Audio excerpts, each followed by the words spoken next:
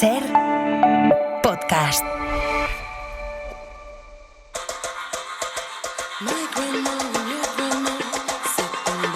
En la cadena Ser, cualquier tiempo pasado fue anterior, con Nieves con Costrina.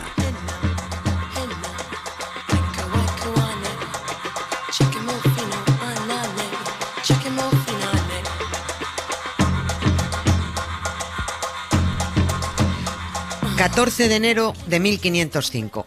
el Papa Julio II, un tipo avaricioso, carente de escrúpulos y colérico, emitió la bula Cum Tam Divino, en la que se declaraba que una elección papal contaminada por simonía era nula. Más claro, que los papas no podían comprar los votos para ser elegidos. ¿Dónde está la gracia de esta bula que Julio II emitió para evitar el trapicheo de votos? Pues en que él mismo compró su cargo en lo que ha pasado a la historia como el cónclave más corto. Duró solo 10 horas, algo absolutamente inusual, porque Julio II repartió tantas mordidas que salió elegido en primera votación con una amplísima mayoría. Esto es muy de papas, obispos, curas y miembros de la secta católica en general. Haz lo que yo digo, pero no hagas lo que yo hago. La simonía es la compraventa de voluntades espirituales tanto para conseguir cargos eclesiásticos como para que te libren de ayunar. También sirven para vender oraciones. La simonía también es excomulgar a alguien a cambio de dinero. Todo esto es simonía, corrupción. Y todo eso que condenan sobre el papel es lo que practica desde hace 1500 años una mayoría de empleados de esta empresa, no todos, hay que decir que no todos. Desde el cura más básico al cardenal mejor situado en la curia vaticana son simoníacos. Lo compran y lo venden todo. Hasta las oraciones que le dedican a un difunto tienen un precio. Money, money, money, money, money. Yeah. Money, money, money, money, money. Yeah. Money, money, money, money, money. Yeah. Don't call me boy. Yo conozco a alguien que le gusta mucho el money. Se levanta de la cama y de su billetera, honey. Lo que esté de moda se lo compra, that's no problem. Vive en Nueva York o en Miami, paso y money. Julio II pasó por el papado guerreando con todo el mundo por conseguir más poder y más territorios, y haciéndole la vida imposible a Miguel Ángel para conseguir que le construyera la mayor y más esplendorosa tumba de la cristiandad. No pudo ser, y Julio II murió sin la tumba que soñó. Llegó el momento de elegir al siguiente ventrílocuo de Dios, y antes del cónclave, de acuerdo a la bula contra la simonía que dejó emitida Julio II, los cardenales elaboraron un reglamento para regular la elección, para hacerlo bien. En la primera votación, un cardenal valenciano, Jaume Serra y Cau, reunió más votos que ningún otro, 13, pero no fueron suficientes para salir elegido. Además, al señor Jaume lo había dejado ahí colocado el Borgia, Alejandro VI, otro pedazo de corrupto, y lo último que querían en el Vaticano era otro valenciano.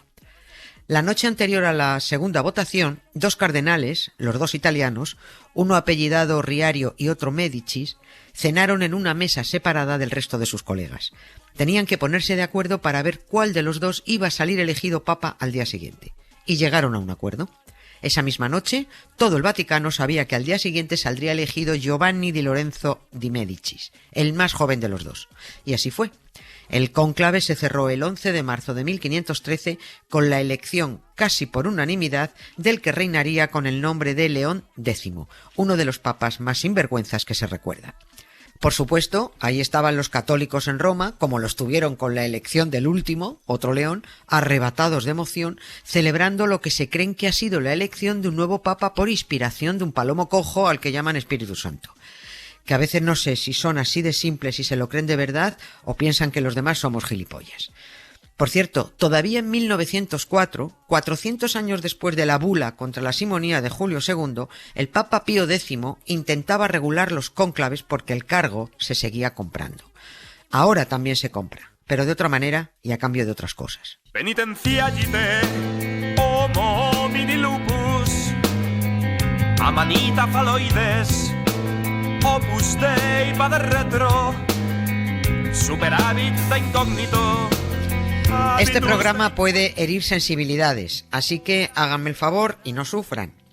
Circulen hacia otros pastos porque cualquier tiempo va a ser ateo y muy crítico, en un vano intento de contrarrestar el insoportable pasteleo leído y escuchado en medios que dicen ser progresistas y por bocas de periodistas que dicen que lo son, pero que pierden la perspectiva en minuto y medio cuando escuchan tañer muchas campanas a la vez y se obnubilan por ver un desfile de señores con faldas rojas recitando sortilegios camino de la Capilla Sixtina.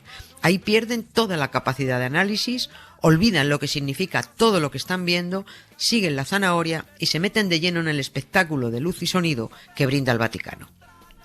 Bueno, pues retirada ya la carpa del circo y guardada hasta que se muera o dimita el Papa recién elegido, que por lo menos nos quede a los ateos el derecho al pataleo y el derecho también a ventilar las pruebas históricas de lo que significa ese estado dictatorial, teocrático, donde no se respetan los derechos laborales ni las más elementales libertades individuales, donde no existe la igualdad entre hombres y mujeres, donde los homosexuales están condenados, donde la pederastia está a la orden del día dentro y fuera de los muros de San Pedro y en donde adoran al único Dios que reconocen, el dinero. Así que hagamos un repaso ligerito por este estado que se ha caracterizado a lo largo de toda su historia por la corrupción y el vicio. Todo lo que me gusta es ilegal, es inmoral o engorda.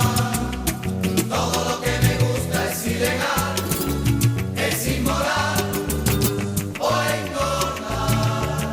Los papados podríamos agruparlos en 4 etapas. La primera, muy anodina, porque estaban todavía haciendo un estudio de mercado y desarrollando la estrategia de negocio.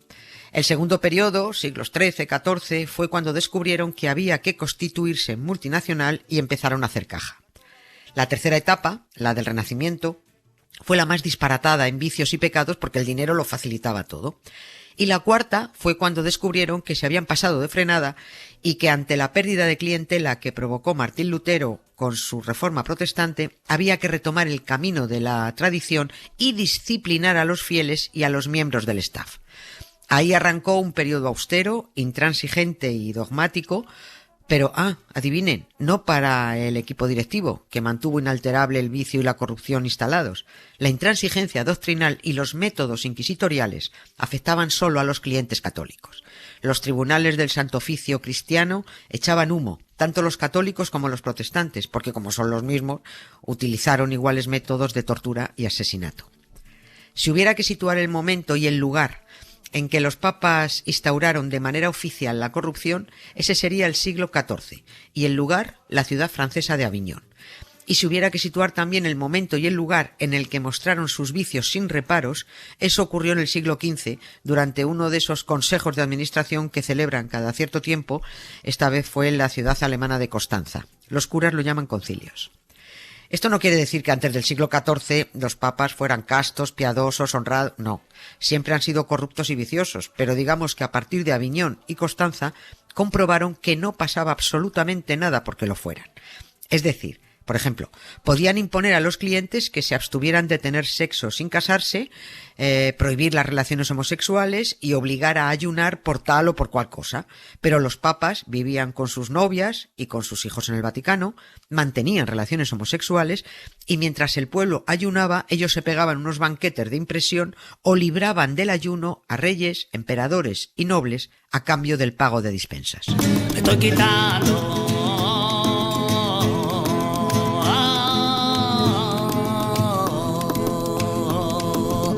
Solamente me pongo en vez en cuando. Estoy buscando al doctor para que me dé la receta.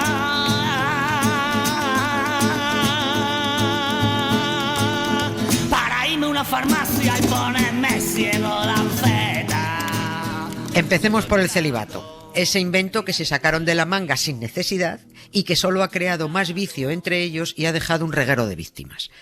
Cuentan que el primero en recomendar el celibato fue un tal Pablo, sin mucho entusiasmo, pero dijo que lo de quedarse soltero y entero era altamente recomendable. Menuda gilipollez de sugerencia, pensaron todos. Llegó el Consejo de Administración de Elvira, siglo IV, y dijeron, venga, vamos a hacer caso a Pablo y al menos que el celibato sea obligatorio solo para los obispos. El resto del personal eclesiástico a su bola. Novias, novios, lo que le apetezca a cada uno. Todos siguieron pensando que eso de abstenerse de sexo era una soberana estupidez, porque al siguiente consejo de empresa, al concilio de Rímini, acudieron 300 obispos casados. Pero bueno, ¿no habíamos quedado en que vosotros os teníais que estar quietos? Bueno, en el sínodo de Pavía, hará más o menos 1000 años, volvieron a insistir en la prohibición del concubinato de los curas, y se prohibió a todos los miembros del clero casarse. Y los curas volvieron a pasar de la orden. En el Consejo de Administración de Letrán, siglo XII, se volvió a recordar que todos los sacerdotes ordenados tenían que ser célibes, pero de nuevo se oyó una sonora pedorreta en la Europa cristiana. Y así llegamos a la reunión de la multinacional en Constanza, a la que se desplazaron 700 prostitutas para dar servicios sexuales a 300 obispos durante los días de reunión conciliar, según datos publicados por el sociólogo y teólogo Enrique Miret Magdalena, catedrático de ética y que fue profesor en la Pontificia de Salamanca y en la de Comillas. El dato es para los que se crean que estamos exagerando con las cifras, pero sobre todo para que echen cuentas. Los obispos se ocuparon de que no les faltaran putas. Se llevaron chicas para poder hacer hasta tríos.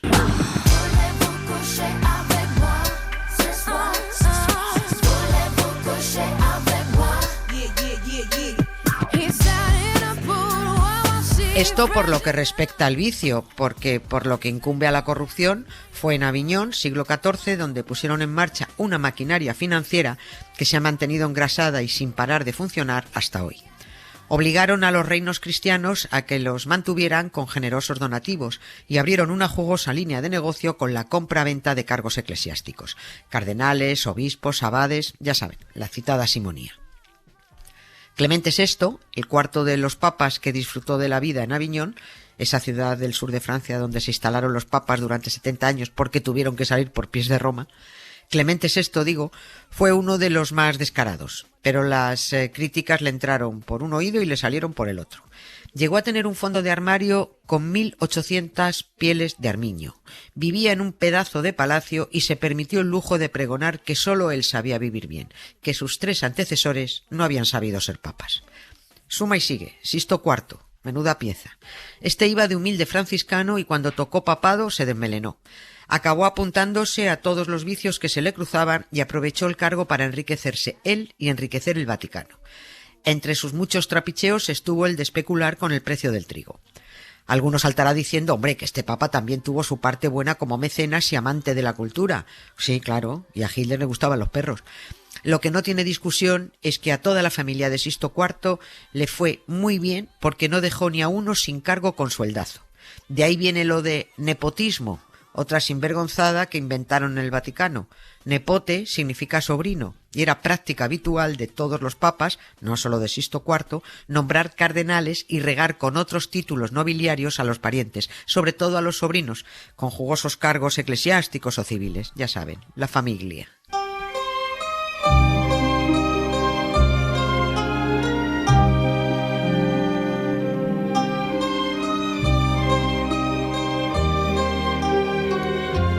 Que Sixto IV fue, como escribió alguien, a quien se debe que Roma, antes llena de miseria, tuviera templos, hospicio, plazas, paseos, puentes, la Fontana di Trevi, las fortificaciones de la colina vaticana, la biblioteca y, por supuesto, el diseño de la Capilla Sistina, que por algo se llama Sistina, pues vale, pues muy bien.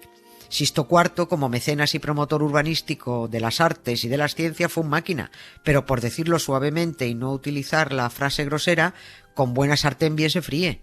El papado nadaba literalmente en oro. Claro que así puedes pasar a la historia como mecenas y embellecedor de Roma. Y como en el Vaticano lo que más abunda son depredadores, pues vamos a seguir con ellos.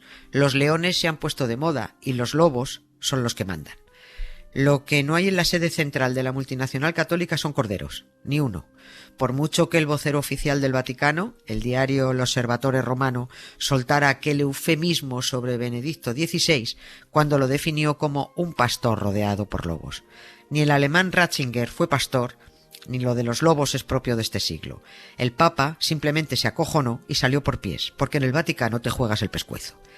Pero decía que seguíamos con leones. Con León X, el Papa número 217, el siguiente a Julio II, que mencionábamos al principio. Ya saben, Julio II, el que compró los votos para conseguir el papado y que luego prohibió la compra de votos para conseguir el papado. Un crack.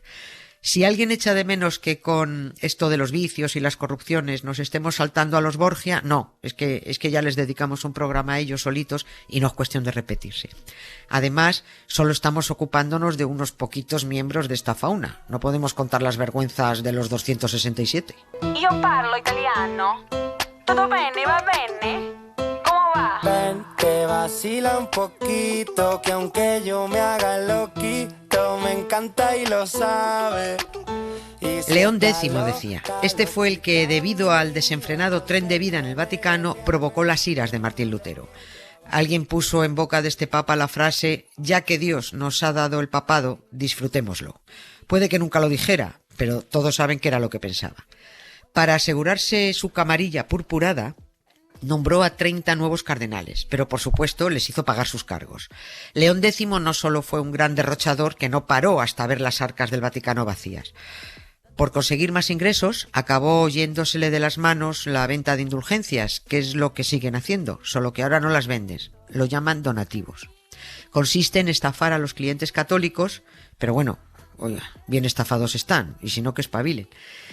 Consiste en estafar, dándoles unos papelitos que les borran los pecados o les asegura saltarse el purgatorio para llegar directos al cielo. Los papas cobran por todo, por indulgencias, por dispensas, por bendiciones, ya lo veremos al final. No te dan gratis ni la hora. Los defensores de León X saldrán diciendo que fue muy culto, gran mecenas, que reformó la universidad, que contrató a grandes compositores, que impulsó la carrera del gran Rafael. Pues claro, era un Médici, era un vividor, un sibarita, un disfrutón. ¿Dónde está el mérito? Y vayamos terminando con el repaso. Bonifacio VIII, el que no paró hasta conseguir la dimisión del anterior, Celestino V, y que ha pasado a la historia como sospechoso de haberlo asesinado. Clemente VII, con hijos, con novias, con novios. Pío XI, el aliado del fascista Mussolini. Pío XII, el papa nazi. Juan Pablo II, protector de pederastas. Juan Pablo I, probablemente asesinado. Benedicto XVI, un cobarde. Francisco, el rey del postureo. Pío IX, el que puso a parir a los países que establecieron la separación Iglesia-Estado, el que exigía la prohibición de la libertad de culto, la libertad de prensa y la libertad de pensamiento. Este lo quería prohibir todo. El que le vendió a Isabel II la Rosa de Oro, la más alta condecoración vaticana que se daba a las mujeres de alto standing.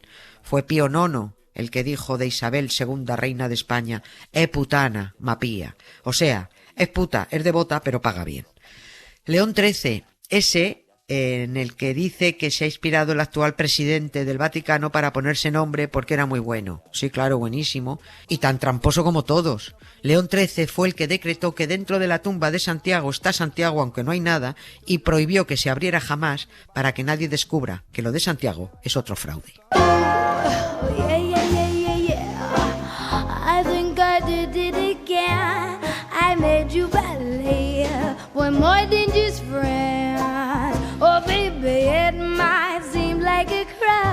En fin, que resultó empalagoso e impropio comprobar cómo prácticamente toda la prensa desenfocó una vulgar elección de otro papa y perdió la perspectiva de lo que representa este espectáculo circense.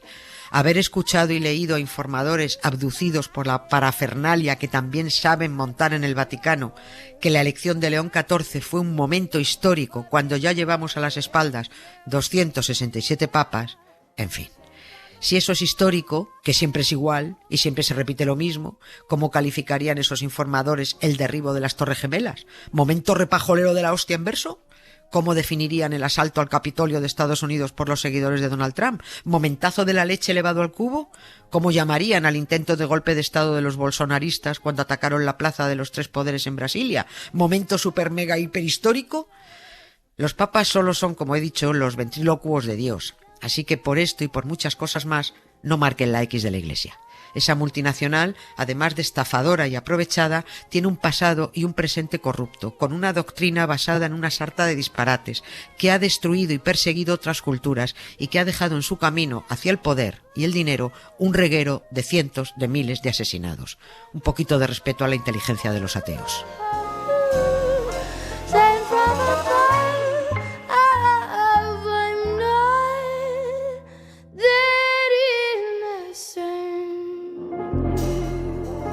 Historias con sonido. Cara A. Con Emma Vallespinós.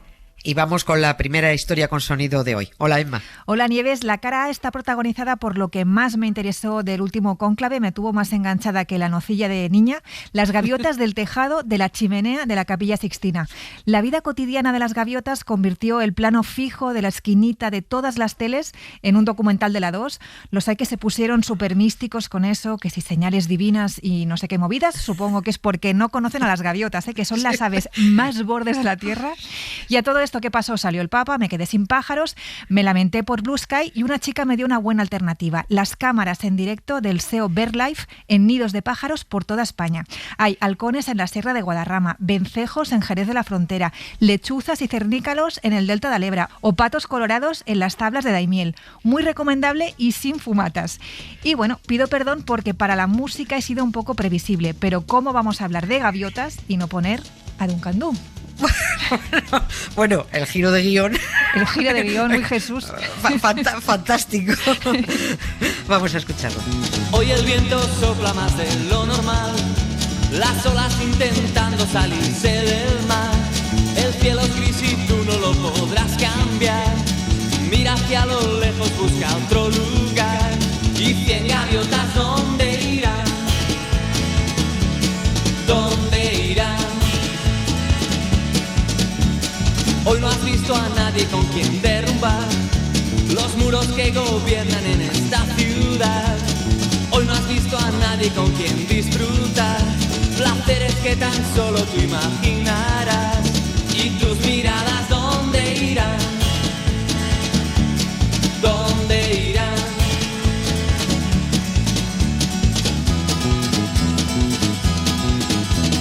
Hoy podrás beber y lamentar que ya no volverán sus alas a volar. 100 gaviotas, ¿dónde irán? Contarte el arte. Ana Valtierra. Blue skies smiling at me, nothing but blue skies do I see. Ana Valtierra, doctora en Historia del Arte y doctora en ateísmo. Lo digo, esto de doctora en ateísmo lo digo por esas idioteces que dicen algunos sobre que si no hubiera clases de religión, esa asignatura infame que anula el pensamiento crítico, que no sabríamos ni entenderíamos de arte. Vaya, menuda chorrada, ¿verdad, Ana? Hola. Hola, Nieves. Bueno, es como decir que yo no puedo ser doctora con una tesis doctoral en iconografía griega porque no creo en Zeus ni en Afrodita, ¿no? O sea, efectivamente. Pues creo lo mismo que en Cristo, ¿no? Pero es algo muy personal. O sea que, pues nada, cuéntanos, ¿de qué vamos hoy con este programa tan ateo que nos ha quedado? Pues Nieves, a mí una de las cosas que sí que me gustan de los conclaves, y aquí, bueno, salgo del armario, es que tienen un sitio alucinante para reunirse, que es la Capilla Sixtina. Allí tenemos las célebres pinturas de Miguel Ángel, entre otros sitios en la bóveda. Y allí Miguel Ángel pintó al fresco una arquitectura simulada, muy conocida, de casi 500 metros cuadrados. Madre mía. Sí, impresionante. Así que vamos a hacer un breve resumen, yendo hacia atrás en el tiempo, porque esta complicada obra de Miguel Ángel es muy conocida. Ya sabes que a mí no me gustan las cosas fáciles, ¿no?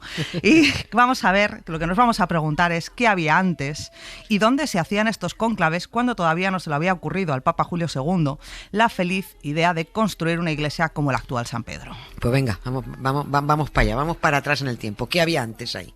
Pues el primer cónclave, celebrado en la Capilla Sixtina, tuvo lugar en agosto de 1492. And the winner was 10 points, ¿no? El Papa Alejandro VI. Hombre, nuestro gran amigo, nuestro Favo además, o el mío, Rodrigo sí. Borgia. Para que nos entendamos, con este afán de cambiarse nombres a veces uno se lía, ¿no? Se convirtió quizá en el Papa más escandaloso de todos los tiempos, y esto, Nieves, es decir mucho, y eso es uno de los motivos, porque es uno de mis favoritos, es que da mucho juego para todo, ¿no? En este momento Miguel Ángel todavía no había pintado la capilla, así que no teníamos ese espectáculo de bíceps y cuerpos espectaculares para deleitarnos la vista. La pregunta que vamos a empezar a hacernos es ¿qué había antes de esa bóveda, ¿no? que rellenó Miguel Ángel de manera tan espectacular? Pues Nieves, lo que había era un cielo azul, literalmente hablando. Estaba pintado entero de azul, salpicado de estrellitas doradas. Este cielo lo pintó otro artista italiano, Pier Matteo d'Amelia. Fue encargado por el Papa Sixto IV para pintar la bóveda original de la recién construida capilla que pretendía reproducir, bueno, pues una imagen simbólica para convertirlo en un cielo divino. Pensemos que San Pedro Nuevo se acababa de hacer hace unos años, ¿no?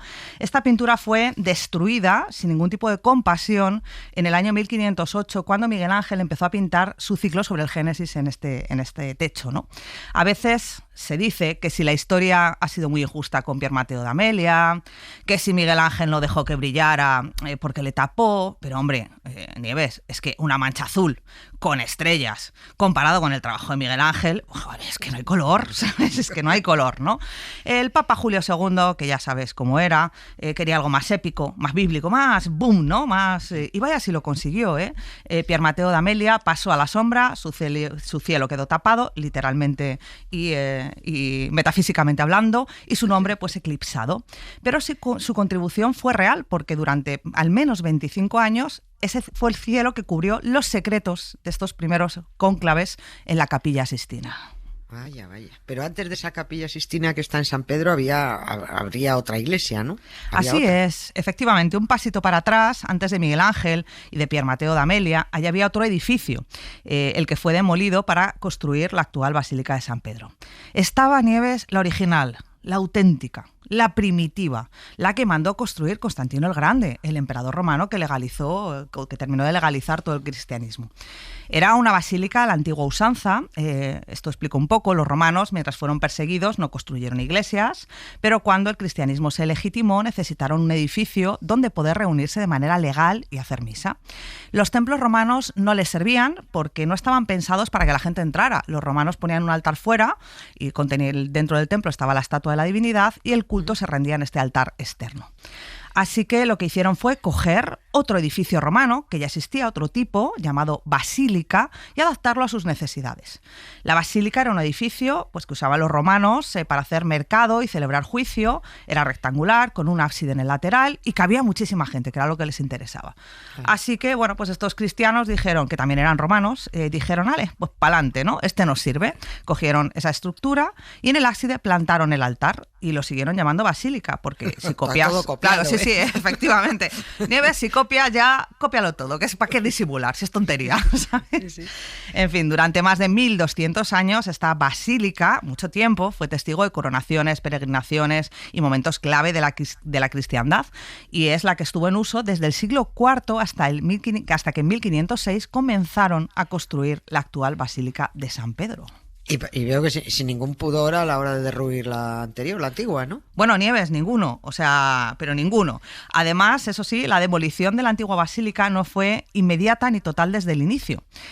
Dado que era un lugar de culto muy importante y el negocio tenía que continuar, las obras se realizaron de manera progresiva para permitir que las ceremonias religiosas se pudieran seguir celebrando. Fíjate, Nieves, qué cosa más impresionante y qué follón debía haber allí montado. Durante más de un siglo, ojo, entre 1506 y 1626, la antigua y la nueva basílica coexistieron en un proceso de transformación constante. Lo que hacían era que se derribaba una parte de la vieja estructura y se construía un trocito de la nueva, permitiendo que las ceremonias religiosas continuaran sin interrupciones. Los fieles, tú imagínate, asistían a misa en medio de andamios, de polvo, el sonido constante de las obras, o sea, todo comodidades para escuchar al sacerdote, ¿no? Y bueno, hubo fieles y no fieles que se quejaron mucho, ya no solo por el dispendio gigante de dinero conseguido con dudosa ética, las famosas bulas papales por las que tú dabas un dinero, que era fantástico, y te perdonaban los pecados futuros. Tú dabas X dinero y voy a matar a 3 personas, te lo pago por adelantado, ¿no? Sino, bueno, pues sí, que fue como se pagó, sino por la barbaridad que supuso tirar una basílica de ese tamaño, que era enorme, y construir otra. El arquitecto de la nueva iglesia, de la nueva basílica, de la nueva catedral, el arquitecto Donato Bramante, encargado del nuevo diseño, fue apodado Maestro Ruinoso. Tú fíjate, ¿sabes? Pues debido a la destrucción de la antigua basílica. E incluso figuras como Miguel Ángel expresaron su pesar por la destrucción de esta antigua basílica, a pesar de que luego terminaron trabajando en ella. Todo esto, por supuesto, Nieves, encima de la tumba de San Pedro. O sea, todo era súper sagrado, se supone. En la tumba de San Pedro, qué correcta eres tú. Con la tumba de He puesto supuesta. Ni supuesta ni nada. Se la han inventado. Pero bueno. Sí. Bueno, como pasa muchas veces, en este caso, la decisión del emperador Constantino de construir una basílica sobre lo que se decía que era la tumba de San Pedro no era aleatoria, pero existían rumores de que allí estaba San Pedro, que es en lo que se se basaron, que es algo muy científico, ¿no? Porque, Sí. insisto, eran rumores nada más. He oído, ¿no? lo Se pusieron. dice que por allí, ¿no? Los primeros cristianos creían que Pedro había sido martirizado en el circo de Nerón, creían que estaba en la colina vaticana, fuera de las murallas de lo que era Roma, y que había sido pues enterrado allí mismo. Le habían martirizado y le habían metido ahí. Y ya en el siglo II, el teólogo Cayo menciona un tropaeum, que es un monumento conmemorativo a San Pedro en la colina vaticana, pero fíjate, 200 años o 100 y muchos años después de que se muriera, imagínate tú, ¿no? Esto indica que los cristianos ya veneraban ese lugar como tumba, ficticia o no, así que de manera simbólica el altar se construyó teóricamente sobre lo que se creía, donde se creía que estaba enterrado Pedro. Ah, ¿y los cónclaves aquí dónde se hacían? Bueno, pues esto ya es maravilloso, porque esto sí que es un verdadero circo. Porque se tardó muchísimo en instaurar un sitio fijo y la basílica tampoco era siempre el lugar elegido. También, claro, aunque algunas elecciones pues se van a realizar en o cerca de San Pedro, pero no todos los eventos todavía eran cónclaves formales, como estamos contando, así que ya el sistema moderno pues empezó bastante más tarde. Te voy a contar sitios, porque claro, esto sería muy largo, otro programa entero, de dónde salieron papas elegidos en pseudocónclaves, elecciones clandestinas, lo que narices sea eso, ¿vale? Sí. Para que veas el listado. La Basílica de San Juan de Letrán, el Palacio Papal de Viterbo, el Palacio Episcopal de Perugia, la Catedral de Lyon y la Catedral de Constanza. O sea, además te he puesto diferentes países. Como, Sí. o sea, es que... Y la pregunta aquí es, ¿por qué? Pues bueno, pues porque muchas de estas elecciones papales se hacían con nocturnidad y alevosía, así que eran un poco aquí te pillo y aquí te mato. Y el te mato, Nieves, a veces será muy, muy literal, ¿vale? Porque hay muchas muertes de papa mucho más que sospechosas, podemos decir. Hasta en el siglo XX los hemos tenido algunos asesinatos. Sí. Venga, a los papas les encantaba matarse entre ellos porque el único objetivo del papado ha sido siempre el dinero y el poder. Y eso solo se puede conseguir con clientes obedientes. Así que nada, muchísimas gracias, Ana, por no ser uno de ellos y por esta clase magistral. Gracias a ti, Nieves. Un abrazo. El invitado, con Jesús Pozo.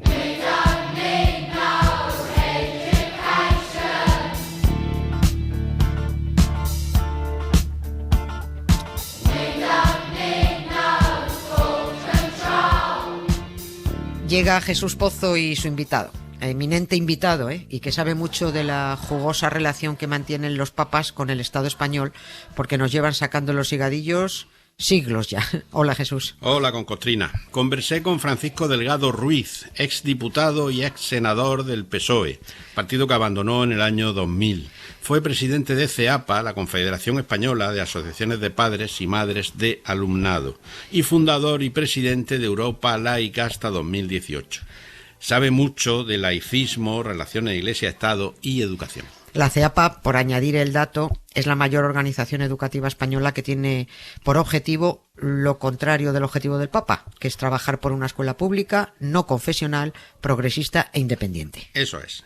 Empezamos. ¿Qué es la laicidad? La laicidad es una formulación política que trata de separar la Iglesia o las iglesias, las religiones de los estados. Aspira a que haya libertad de conciencia de cada ciudadano de uno en uno, que define muy claramente que la sociedad es muy plural, cada uno tiene sus creencias y su forma de pensar, que tiene que ser laico es el Estado, los estados, lo público, y eso es lo que se defiende desde el ámbito de asociaciones como Europa Laica y otras que hay en el mundo, que defendemos esa separación Iglesia-Estado y la libertad de conciencia.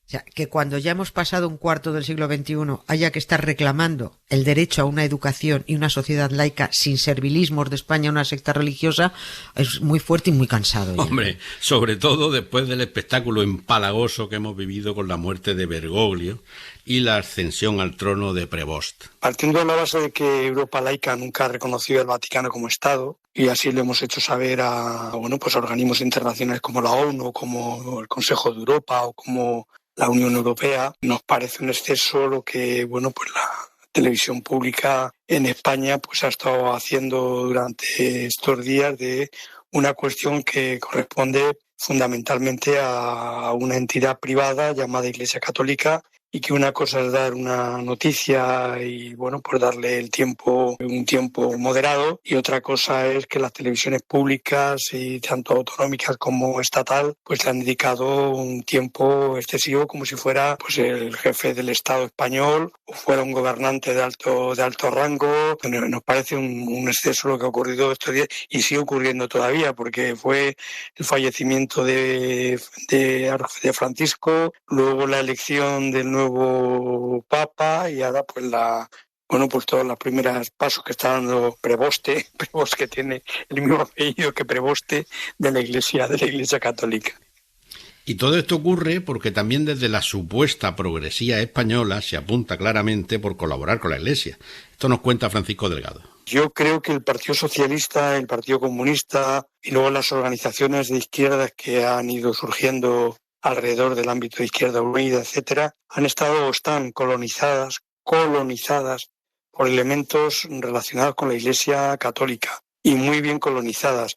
Y estos han presionado internamente mucho, primero para que en España pues la educación se financiara con fondos públicos, y luego también para que no saliera a la luz el tema de las inmatriculaciones, que es un tema que viene de la época de Franco, pero que se siguieron haciendo inmatriculaciones durante el mandato de Felipe González, y luego incluso Aznar mejoró la ley para hacer los notarios a los obispos, y se han cometido más de 100 inmatriculaciones de patrimonio público y privado. Yo creo que han sido colonizados por elementos relacionados con la Iglesia Católica, como ha pasado con otras iglesias en otros países, ¿no? Con los ortodoxos búlgaros, griegos, rusos, o los evangélicos en Estados Unidos, en Gran Bretaña, etcétera, etcétera, colonizan a los partidos políticos, las religiones, sí.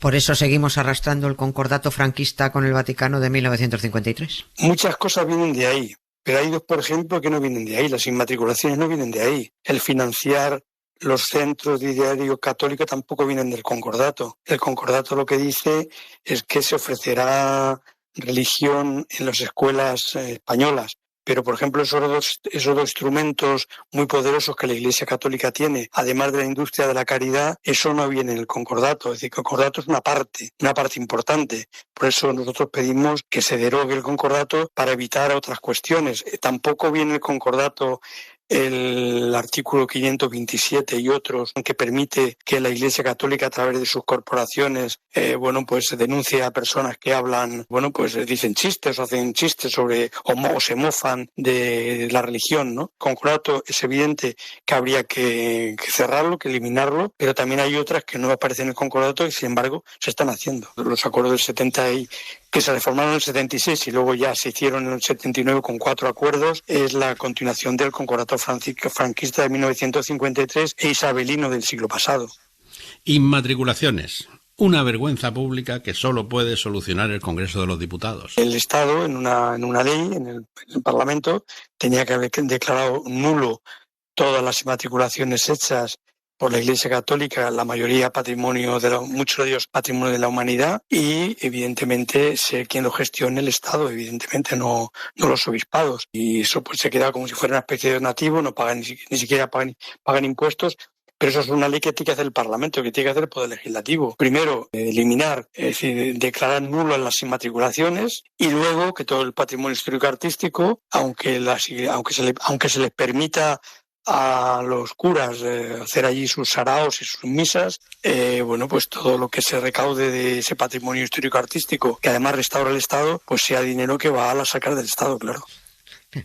Si solo fueran las inmatriculaciones, porque es que seguimos pagando entre todos cientos de millones a una empresa privada con nuestros impuestos. Mira, también hablamos de eso. Se implantó en la época de Felipe González la financiación vía IRPF de la Iglesia Católica con el 0,52, creo recordar. Con la gobernanza de José Luis Rodríguez Zapatero se ascendió al 0,7, del 0,52 al 0,7. Eso significa que aunque el 33% solo de las contribuyentes marquen la casilla de la Iglesia Católica, que es lo que viene ocurriendo en la última década, pues la Iglesia, los obispados, reciben del Estado a través del IRPF, del impuesto de todas las españolas y españoles, de toda la ciudadanía, reciben cerca de 400 millones de euros de dinero público que se podían dedicar evidentemente a otras muchas cosas, entre otras a construir, por ejemplo, viviendas públicas, ¿no? O apoyar más la sanidad o apoyar más la educación. Y además han convertido a la Iglesia Católica, algo que realmente no se termina de analizar muy bien, en una enorme industria de la caridad. Es decir, los servicios sociales en España, a nivel municipal y a nivel autonómico, están totalmente privatizados. Y una inmensa parte de esa privatización está en manos de corporaciones, de empresas católicas. Hablando de dinero, Francisco Delgado, fundador de Europa Laica, define perfectamente las dos obsesiones de la Iglesia Católica. La Iglesia Católica tiene dos obsesiones. Una es el dinero, y el poder, el dinero, el oro, y otro es la educación. Porque a través de la educación pues se introducen en la sociedad y entonces pues el otro día me enfadé bastante porque el seleccionador, el seleccionador nacional de fútbol, vestido con la camiseta de la selección española de fútbol, pues animó a los chicos en La Rioja a ir a clase de religión porque así iban a ser mejores personas. Temas como ese pues se oyen con demasiada frecuencia y hechas por personajes como este, que es un personaje público, creo que se llama De la Fuente, pues me enfadé bastante, pues joder, este tío, ¿quién es para animar a los muchachos a que vayan a la religión porque así van a ser mejores personas? ¿Quién es él, no? Pues utilizan todos los medios para ello. Sí, se convertirán en peores personas, eso sin duda. Acabo de entender por qué Luis de la Fuente tiene ese puntito tan hipócrita, porque fue mucho a clases de religión, debe ser. Porque este fue el que se levantó a aplaudir a Rubiales y luego dijo que fue sin querer lo del aplauso y luego que sí y luego que no, como para dar consejos a niños está él. Y por cierto, lo de la educación concertada también es otra colada de la ejemplar transición. Sí, Francisco Delgado conoce este asunto muy bien y desde dentro. Fue una milonga que nos vendió el Partido Socialista Obrero Español de los años 80 para introducir la financiación de los centros de diario religioso, diario en este caso mayoría católico, ¿no? Abriendo paréntesis, en la laica Francia, la ley de Bre también permite que el Estado colabore con los centros de diario religioso, curiosamente, ¿no? Y desde luego fue una milonga aquello que el Partido Socialista en aquellos años de los 80 nos vendió. Y lo que es más grave en este siglo, ya en estos 25 años que llevamos del siglo XXI, ha aumentado considerablemente la financiación de centros de diario católico y se ha creado un monstruo que es la formación profesional que está en manos privadas, una gran parte en manos de la Iglesia Católica, la formación profesional. Y otro asunto, Francisco Delgado es de Albacete y fue allí teniente de alcalde. ¿Tú te acuerdas de la sorpresa que nos llevamos un día cuando vimos dentro del ayuntamiento una capilla con la estatua de la Virgen de los Llanos y a funcionarios santiguándose al entrar? Pues escucha. Pues la retiramos en el año de la alcaldesa Carmina Belmonte, la retiramos de la visibilidad, pero luego los alcaldes que han venido después del PSOE y del PP la han recuperado y la tiene allá a la vista, sí, la Virgen de los Llanos, sí. Sí, ¿no? Y ahora les van a financiar un local que lo están arreglando, un local enfrente de la catedral, lo va a financiar el ayuntamiento, la Junta de Comunidades que también está en manos del PSOE, ahora el ayuntamiento está en manos del PP en esta etapa y la Diputación que está en manos del PSOE, entre los tres van a financiar un local para alabar a la Virgen de los Llanos, que es la patrona de la ciudad. Y van a costar las obras, según he leído en la prensa, 150.000 euros. Y en una ocasión alguien me dijo, oye, que tú también has sido concejal y también habrás ido a las procesiones. Digo, pues mira, si encuentras una foto mía detrás de una procesión, te doy 2.000 euros. No, nunca jamás estuve ni en una procesión, ni estuve tampoco en la inauguración de la feria, que viene también la patrona, y la alcaldesa que yo tenía gada, Carmina Belmonte, que fue la primera alcaldesa mujer de una capital de provincia de España, también tenía gala intentar estar lo más alejado posible de rituales católicos. Es tan difícil encontrar a políticos del PSOE coherentes y honestos en estos asuntos religiosos, coherentes consigo mismo, porque se traicionan, ¿no? Que pasa como con Francisco Delgado, que luego tienen que abandonarlo. Enhorabuena por mi parte a los albaceteños y a otros tantos como los valencianos que también tienen plantada otra estatua de Virgen en su ayuntamiento, y enhorabuena por votar a políticos Amparito. Sí, que es que además también mi felicitación por votar a políticos que destinan un dineral a esa empresa forrada de pasta que es la Iglesia y que luego se quejan de que les faltan bomberos o ambulatorios. Bien, pues vamos a terminar con un resumen rápido sobre el futuro y las relaciones Iglesia-Estado. Pues que hay que seguir luchando por una sociedad plural y un Estado laico, que hay que seguir luchando para que haya una separación Iglesia-Estado, que hay que derogar el concordato, evidentemente, que tiene que desaparecer la financiación de la Iglesia Católica vía IRPF, que hay que hacer una ley en el Parlamento para devolver todas las inmatriculaciones al Estado, y por último, bueno, pues que hay que sacar la religión de la escuela y que no financiar los colegios católicos. Yo todo eso lo veo hoy por hoy, en el 2025, lo veo bastante lejano. Pero esa es la lucha que llevamos en Europa laica. Una lucha que solo lo es por la libertad individual y para que la gente que quiera rezar, rece en su casa, que no nos dé la turra a los demás, que se paguen ellos el paseo de muñecos y que retiren sus malditas manos de la educación. Necesitamos ese dinero que el gobierno regala a una secta religiosa para la educación, la ciencia y la sanidad. Gracias a Francisco Delgado por su compromiso, aunque la verdad comparto totalmente su desánimo. Muchas gracias, Jesús. Bueno, pues yo no. Venga, vamos. Adiós. Esto era un gato con los pies de trapo y la cabeza al revés. ¿Quieres que te lo cuente otra vez? Cuéntame un cuento y verás que contento. Me voy a la cama y tengo lindas señas. Cuéntame un cuento y verás que contento. Me voy a la cama y tengo lindos sueños. Intangible significa que no se puede tocar, que es inmaterial, porque es irreal, invisible. Lo contrario es tangible. O sea, palpable, material. Pues digamos que la multinacional y su nuevo CEO, el señor Prevost, son la parte tangible de esa gran entidad con ánimo de lucro que es la Iglesia Católica, y que el producto que venden es intangible. Sus clientes pagan por tener fe y para que les alimenten esa fe con hechos y personajes inventados. La fe es el producto estrella intangible, pero luego hay una nutrida lista de servicios intangibles que generan jugosos ingresos, a veces de forma directa, exigiendo el pago de lo que ellos llaman donativo, y otras veces de manera indirecta. Vamos a ocuparnos solo de 3 productos intangibles que la Iglesia tiene a la venta: dispensas eclesiásticas, indulgencias plenarias y bendiciones apostólicas.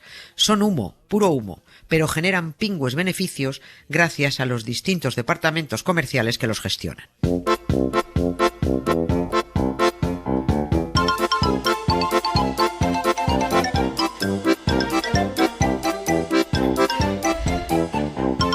En vez de contarles yo lo que es una indulgencia plenaria, les voy a leer cómo lo explican los comerciales en su web católica.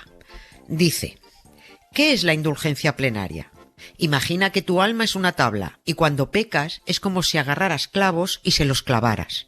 Cuando te confiesas, esos clavos salen, pero lamentablemente los huecos que dejaron en la tabla permanecen. La indulgencia plenaria tapa esos huecos de la tabla y la deja como nueva. La explicación sería hasta cómica si no fuera por la estafa que esconde. La Iglesia se inventa constantemente saraos, fiestones, para animar a los clientes a que se movilicen. Año jubilar teresiano, Año Santo 2025, Año Santo compostelano. Porque estas celebraciones se usan como reclamo turístico. Se obliga a los creyentes a tener que peregrinar a tal sitio o acudir a tales iglesias para ganar indulgencia plenaria y tapar los agujeritos que han dejado los clavitos en la tablita del alma. Ejemplo concreto: 2025, año jubilar romano. Los que quieran conseguir indulgencia plenaria tienen que peregrinar a las basílicas mayores de Roma, a otras iglesias específicas y hacer allí sus sortilegios, sus arrepentimientos y sus cositas. Y alguien dirá: vale, pero hombre, eso es gratis. Nada es gratis desde que pones el pie en una de sus sucursales. La mayor parte de las veces cobran por entrar. Te cobran por encender ya no velitas, ahora son luces LED que se apagan con temporizador, y también cobran por encender la luz de una capillita para verla. Hay huchas por todas partes. La intangible indulgencia plenaria es aparentemente gratis, pero al final resulta no serlo. Please forgive me, I know not what I do. Please forgive me, I can't stop loving you. Capítulo de las dispensas. Cuando un cliente o miembro de la nómina católica solicita una dispensa, está pidiendo permiso para saltarse una ley o una norma. Hay muchas clases de dispensas. Para casarte en una parroquia que no es la tuya, dispensa a un católico para casarse con un Hare Krishna, por ejemplo, dispensa para salirte de cura o de monja, para casarte con un primo o una prima. Lo que no permiten ni pagando es el matrimonio de tío o tía con sobrina o sobrino, salvo si eres un aliado de la secta, como es el caso de las casas reales. Por ejemplo, el Mastuerzo Fernando VII se casó con 2 de sus sobrinas, y Felipe II rizó el rizo porque se casó con Ana de Austria, que era sobrina suya por partida doble. Y los curas y monjas también piden dispensas, porque han entrado en la nómina de la empresa y han descubierto que lo que se cuece dentro es chungo. Y luego hay unas dispensas que las tiene que dar directamente el CEO, el Papa, no los arzobispados. Por ejemplo, la dispensa del celibato, que es cuando el cura o la monja quieren tener sexo y que, aunque ya lo hayan tenido, prefieren dispensarse para no esconderse más o antes de que los delaten. Y ahí va el dato. Según la información facilitada por uno de los directivos de la compañía, el cardenal Benimiano Stella, responsable del departamento de la Congregación del Clero, el 80% de los curas que solicitan dispensa para colgar el uniforme lo hacen porque han tenido hijos. Por cierto, este directivo, el señor Stella, es uno de los cardenales que iba poniendo a parir a Francisco y que ha hecho campaña en el último cónclave contra el nuevo CEO, el señor Prevost. Que jo sé que no és culpar-se milionària. Si ploguessin sant els bitllets pels aires. Un dia per Mumbai i el següent a Malta. Sempre ben escoltada, prova de bala. El que voldria és tenir un Bentley de color blanc i un de color verd, però tot això... Respecto a las bendiciones apostólicas, esto ya es un cachondeo. Habrán visto en muchas esquelas eso de fulanita o menganito ha fallecido después de recibir los santos sacramentos y la bendición apostólica de su santidad. Bueno, pues lo de la bendición es mentira. Se paga, pero es mentira. El CEO no bendice nada. Si los clientes católicos se pararan a pensar, qué loca esperanza esta, se preguntarían cómo es posible que su santidad el CEO tenga tanto tiempo para vender bendiciones para bodas, bautizos, confirmaciones, cumpleaños, aniversarios varios, funerales. ¿De dónde sacará tiempo el Papa de turno para atender las 1000 y pico solicitudes que llegan a diario al Vaticano para comprar una bendición apostólica? ¡Qué barbaridad! Este producto intangible, que es la bendición del CEO, cuesta en total entre 30 y 50 euros, dependiendo de a dónde haya que enviar la bendición. La empresa dice que la bendición es gratis, que solo te cobran el folio donde va impresa la foto sonriente del CEO de turno y el nombre de la persona bendecida más los gastos de envío. Importante, tienen que mandar el dinero por adelantado y así tenemos que al año se facturan unos 15 millones de euros en bendiciones que se tramitan desde el departamento comercial llamado limosnería apostólica. Y un último detalle. Cuidado en los tanatorios, si pasa el cura a reconfortarles y a echar agüita sobre el féretro. En la factura de la funeraria aparecerán 80 o 120 euros, dependiendo del arzobispado correspondiente. En fin, ¿he sugerido ya que no marquen la X de la Iglesia en la declaración del IRPF? Pues insisto, no lo hagan. Es una multinacional forrada y de turbias prácticas comerciales.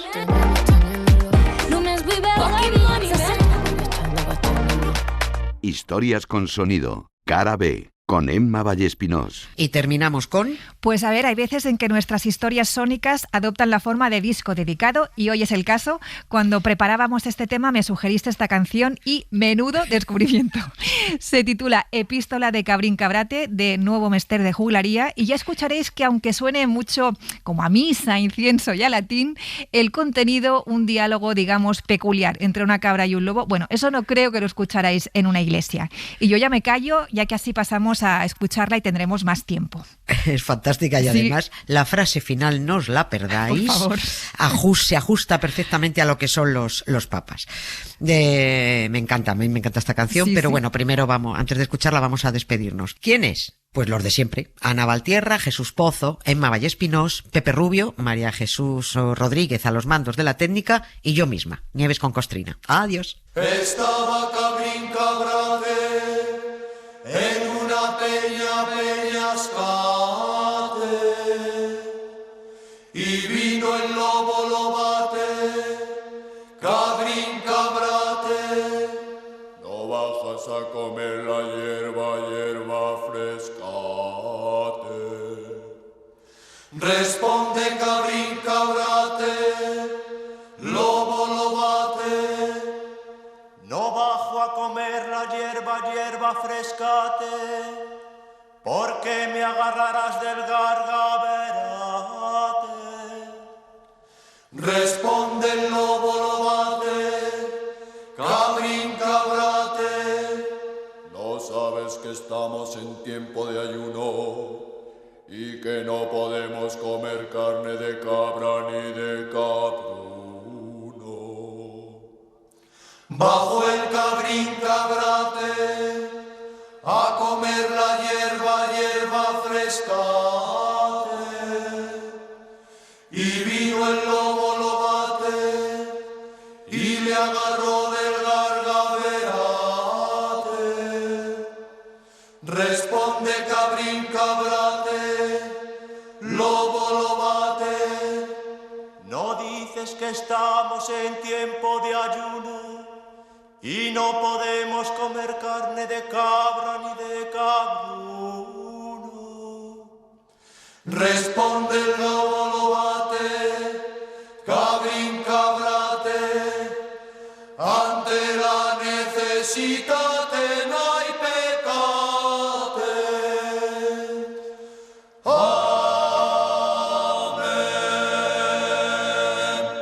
Para no perderte ningún episodio, síguenos en la aplicación o la web de la SER, Podium Podcast o tu plataforma de audio favorita.